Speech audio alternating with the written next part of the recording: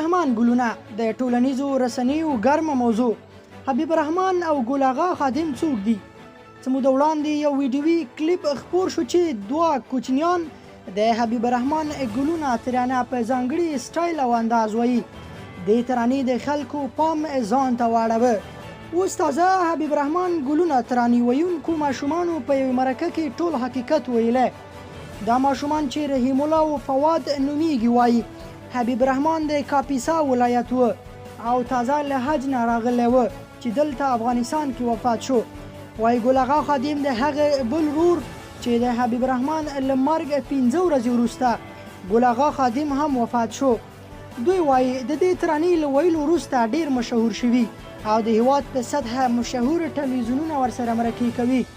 دوی دواړه د کمر په نوم بنسټ لخوا په یو ښوونځي کې زده کړې کوي چې وخت نه وخت د یاد بنسټ مسؤلین په ستاینلیکونو او ډالیو نازوي.